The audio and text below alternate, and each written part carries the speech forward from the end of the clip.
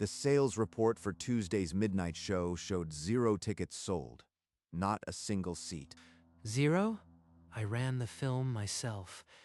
The projector light cut through the dusty booth window. He opened the digital security archive and pulled up the recording from that night. Jonathan leaned closer. Something in the back row caught the faint blue glow. Wait, the back row. There's a silhouette. A person sitting alone? The image sharpened. Dark figures filled the seats, not just one, but 47. Motionless, silent, they faced the screen, as if captivated by the black and white film. No one moved, no one looked away. At 2:14 a.m., the footage cut out. Not one camera at a time. All feeds went black simultaneously. It just died. The whole system, instantly. That's not possible. He sat, frozen in the darkened booth. The projector silent. The timestamp 2:14 burned into his retina. Hours later, when dawn reached the marquee, Jonathan walked the empty auditorium. The exit lights still hummed. Cold. Every seat cushion cold and perfectly shaped. No warmth, no indentation. As if 47 people never sat here. He had taken the job because he worshipped old films, the flicker, the grain, the silver glow. The Aldridge was a cathedral of celluloid, but that morning, he climbed the narrow stairs to the owner's office with footage that defied reality. You've seen something troubling, I take it. The cameras recorded a full house, but no tickets were sold, and the feed died exactly at 2:14 a.m. I am aware. The rules are simple. Pre-negative 1,955 films only. No horror, never the same film twice in a row. Always at midnight. Follow them and don't investigate further. You are not going to explain? There were 47 people who weren't people. Keep the schedule, Jonathan. Some doors stay locked for a reason. Jonathan left the office with a chill that had nothing to do with the temperature. The rules were a cage, but he didn't yet know how tightly it would close. A month later, the marquee glowed again, with a 1948 romance. Jonathan threaded the reel precisely by Harrison's rules. He watched the auditorium from the back row, waiting for the seats to fill with silhouettes he couldn't explain. They're appearing, like shadows bleeding out of the walls. This time, I'm staying. I have to see. He stepped through the aisle door and tried to sink into a seat. The air thickened instantly, pushing against his chest. Can't breathe. It's like a wall of cold hands shoving me backward. They don't want me here. An unseen force shoved him back through the aisle, out the door, slamming it shut. The lock clicked by itself. He scrambled up to the projection booth, breathless, and pressed his face to the small window. 47 of them, perfectly still, eyes forward. Not a single twitch. He checked his watch. At 2:14, the figures blinked out of existence, leaving only the empty rows and the silent screen. He stayed in that booth until dawn, replaying the push, the slam, the silence. The theater had chosen him, but it did not welcome him. 3 weeks later, he walked into the booth with a digital voice recorder no bigger than a thumb drive. He switched it to record and pressed the device deep into the cushioning under seat G7, the back corner of the auditorium. After the house emptied, if it could be called empty, he retrieved the recorder with trembling fingers. He locked the booth door and hit play. Static for 94 minutes. Then, at the 2:13 mark, a whisper. The voice, like breath on a frosted window, said 2 words. We remember. We remember. That isn't static. That's language. They're trying to tell me something. He transferred the file to his laptop and looped it, listening until the words lost meaning and became pure dread. He opened every local historical society database, every scanned newspaper from the 1940s, and typed Aldridge Cinema into the search bar. Pages of film schedules and renovation permits scrolled by, but nothing that explained 47 dead-eyed patrons. Deep in a municipal archive, he found a single line: investigation into Aldridge Cinema fire, December 1944. It didn't say more. He dug deeper into the microfilm archives until the full front page loaded. Aldridge Cinema, fire claims 47 lives. The date was the 21st of December, 1944. A nitrate film canister ignited during the 8:15 show, trapping the audience in their seats. 47. The exact number I see every midnight in that auditorium. This can't be coincidence. He printed the article and drove straight to the theater. Harrison was in his office, shuffling papers.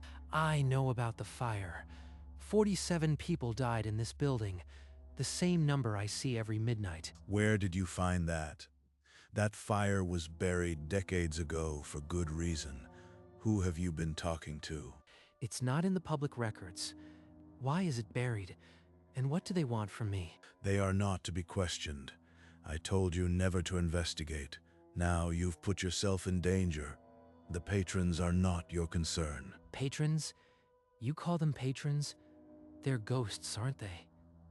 What are you hiding? Tell me the truth. This conversation is over. Keep the schedule, or worse things than an empty chair will find you. Month after month, Jonathan ran the midnight films. He watched the security feed with an almost clinical precision now. Fedoras, wide lapels, victory roll hair. They're wearing 1944 fashion. Exactly what they died in. His apartment, once a place for sleep, became a paper tomb. Timelines, maps, and the 1944 article were pinned to every wall. His girlfriend stood in the kitchen doorway, keys in hand, watching him circle a date on the fire report. She said, I am disappearing, but she doesn't know what happens if I stop. The rules aren't for me, they're for the living. She left without a slam. The door drifted shut, and he didn't look up from the clippings. The silence afterward was total. He started a logbook of his own. Every screening, every anomaly, every 2:14 blackout. The entries became smaller, more frantic. I've stopped sleeping. The theater's schedule is my pulse. If I miss a show, will they leave the seats? By late autumn, he couldn't remember the last conversation he'd had outside the Aldridge. The world shrank to the red velvet rose and the projector's hum. The walls of his apartment now answered his questions with only photographs of dead audiences. There was no one else left to ask. The condenser lens on the old projector had been flickering for weeks. Jonathan finally unscrewed the side panel to clean it. Behind the panel, a false bottom gave way under his hand. A hidden drawer, coated in decades of dust, slid open. Inside lay a leather-bound logbook, the cover cracked with age. The first page was dated March 1965. The handwriting was painfully neat. Arthur Kemp, Projectionist. Rule 1. Pre-negative 1,955 films only. Rule 2. No horror. The exact same rules. Written almost 60 years ago. Harrison didn't invent this, he inherited it. Tucked between the pages, a photograph fell out. Black and white. The same 47 figures, dressed in 1940s clothing, seated in the same auditorium. They haven't changed. Not a single face, not a single seat. This is a snapshot from 1965, and they look exactly the same as last week. Beneath the logbook, a stack of dusty film cans bore labels with years: 1962, 1968, 1975. The drawer was a timeline. There have been others, projectionists before me, before Harrison, locked into the same ritual. I am just the next one in line. He closed the logbook carefully, as if it might shatter. The silence of the booth was no longer empty. It was crowded with unseen predecessors. He didn't wait for morning. The logbook under his arm, he walked to the dark office where Harrison still sat. I found this behind the projector. A logbook from 1965 by a man named Arthur Kemp. Same rules, same patrons. How many projectors? How many? You are the 13th. I inherited this theater from its previous keeper in 1970. He had his own logbook with the same warnings. Warnings? What happens if I stop? You must tell me what I'm protecting the world from. If the films stop, they wander. Wandering makes them restless. I've never witnessed it, but restless patrons do not simply return to their seats. Wander? They can leave the theater?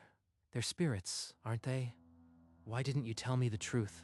I told you what you needed to keep the schedule. The full truth doesn't help.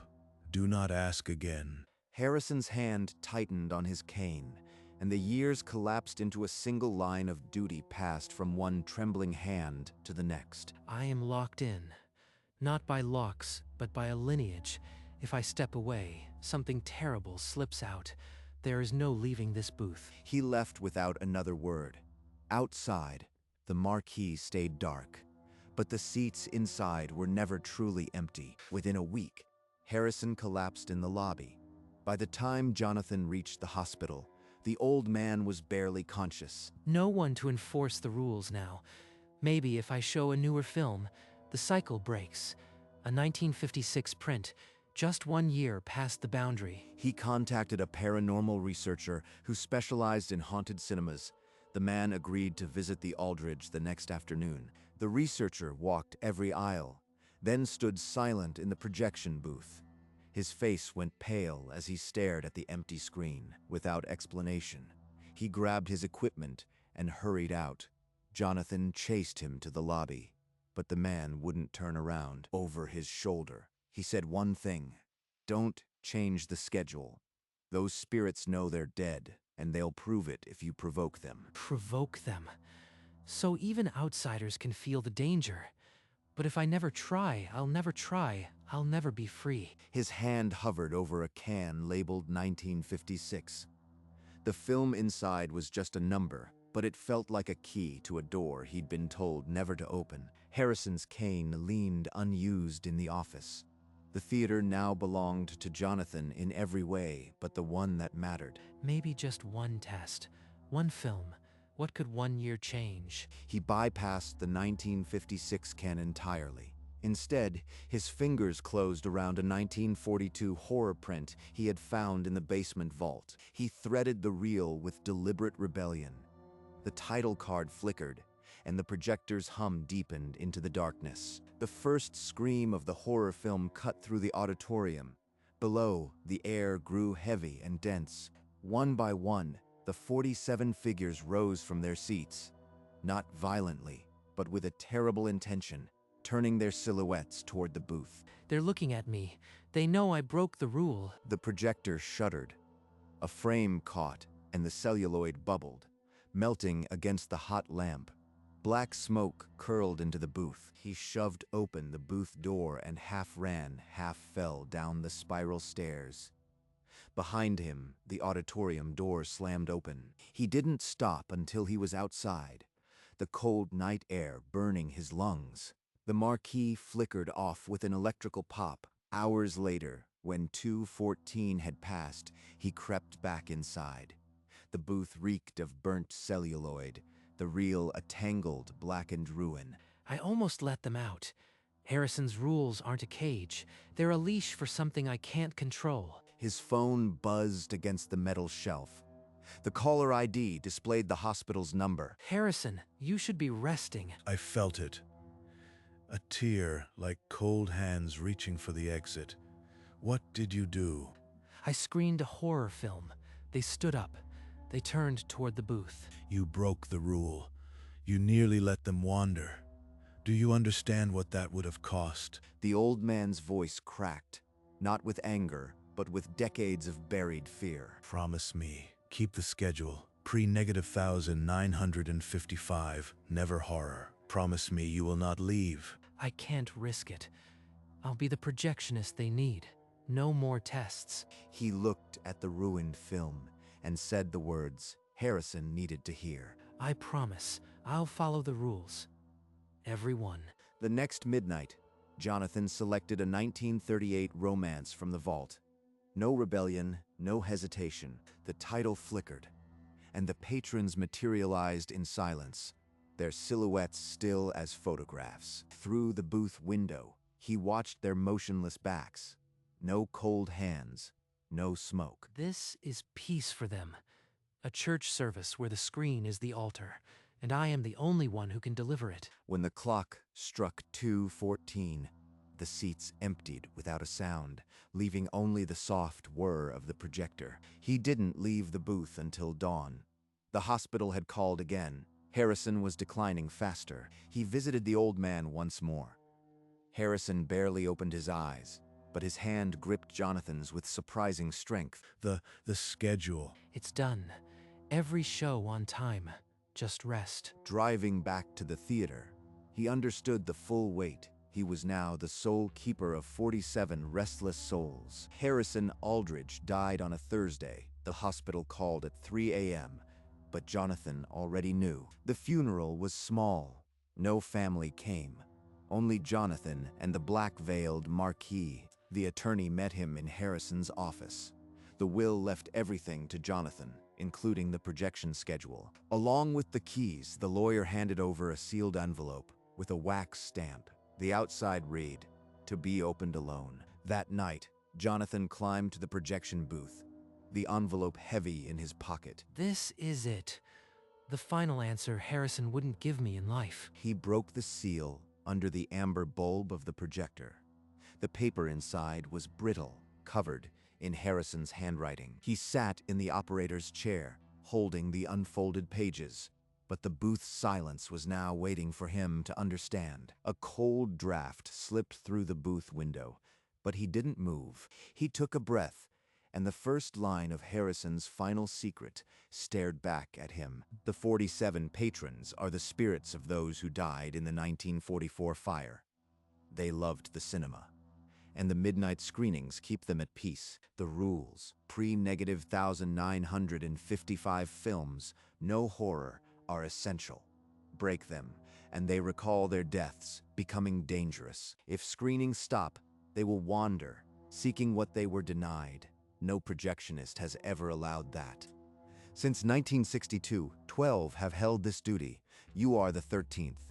Their names are in the logbook you found. This is a lifelong burden. 13. Arthur Kemp and the others, they were trapped just like me. This wasn't a job. It's a curse. They're not evil, just an audience that can't accept the credits rolling.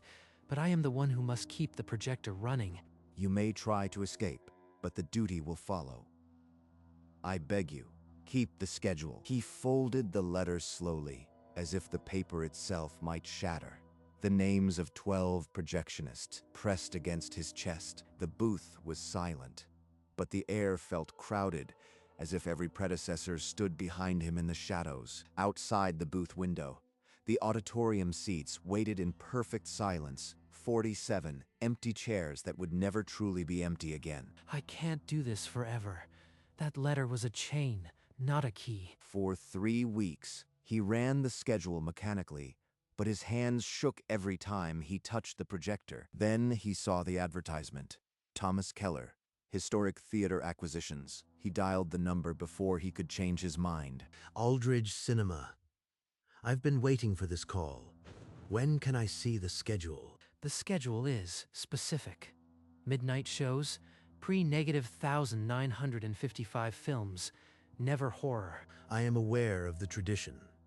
The Aldridge has a reputation. I am prepared for all responsibilities. 3 days later, Keller stood in the lobby, studying the marquee with the calm of a man who already owned the place. He didn't ask about the audience, not a single question. It's like he already knows. Keller ran a hand over the ticket booth, nodded, and said nothing about the logbook Jonathan had deliberately left on the counter. They shook hands. The sale was moving forward, but Jonathan couldn't tell if he was freeing himself or simply passing the curse. A week later, Keller returned for a private tour. Jonathan led him up the spiral stairs to the projection booth. So, this is where the magic happens. Or the ritual, as some might say. Keller ran his fingers over the projector's reels, reading the labels without surprise. He stopped at the 1944 film can. You've been following the rules. I see. No horror. Pre-1955. Good. He didn't ask what the rules were for. He spoke like a man reciting a catechism. Keller glanced at the security monitor, where the empty auditorium filled the screen. He didn't flinch. I understand the requirements. The midnight shows will continue. You may leave with a clear conscience. You make it sound like you've done this before. Let's just say the Aldridge isn't unique. These old theaters have patrons.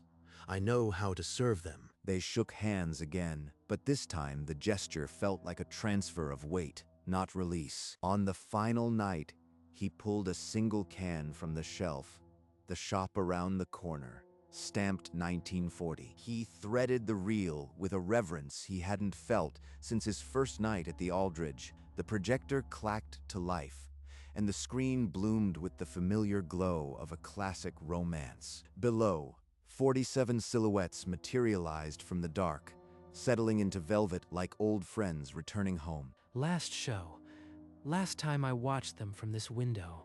I'll miss this. At 2:14, the back row figure turned, just a degree, and gave a slow, deliberate nod toward the booth. They see me. They're saying goodbye. Then, like breath on a mirror, they were gone. The credits rolled to 47 empty chairs. He pressed his palm against the glass and mouthed a silent goodbye. He killed the projector lamp. The marquee outside read, "Sold out, final show," a quiet epigraph. He packed a single box. The logbook, the 1940 reel, his notebook. He left the sealed letter on the projector. In the lobby, Keller stood waiting, a patient silhouette against the marquee glow. He laid the keys on the counter. The brass clattered once, then silence. Free. After 6 years, the weight is gone. I can finally breathe. He started the engine and didn't glance at the theater until he was driving away. The rear-view mirror held the Aldridge for a moment. Then it was just another streetlight. The booth was silent, the projector cool.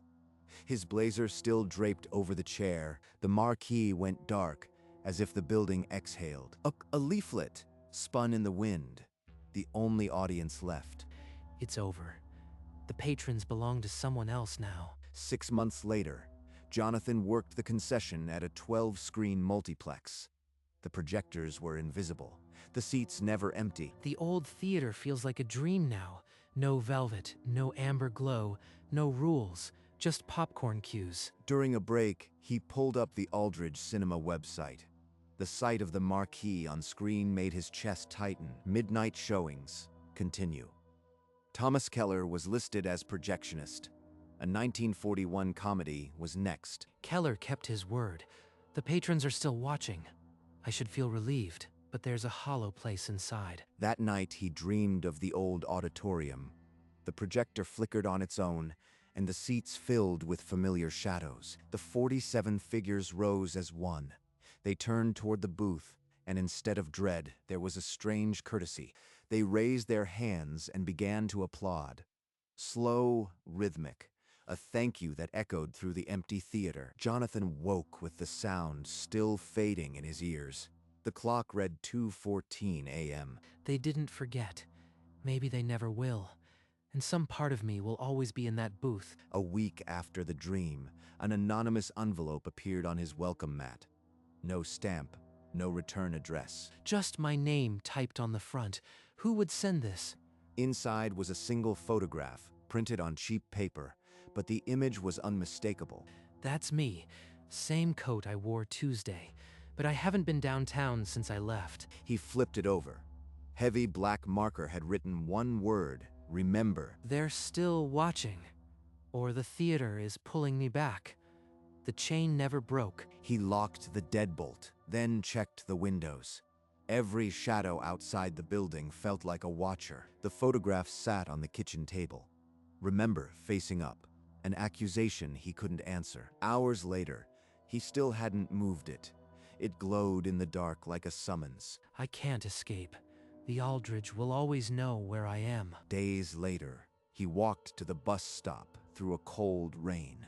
The city was gray, indifferent. He glanced over his shoulder, a habit now.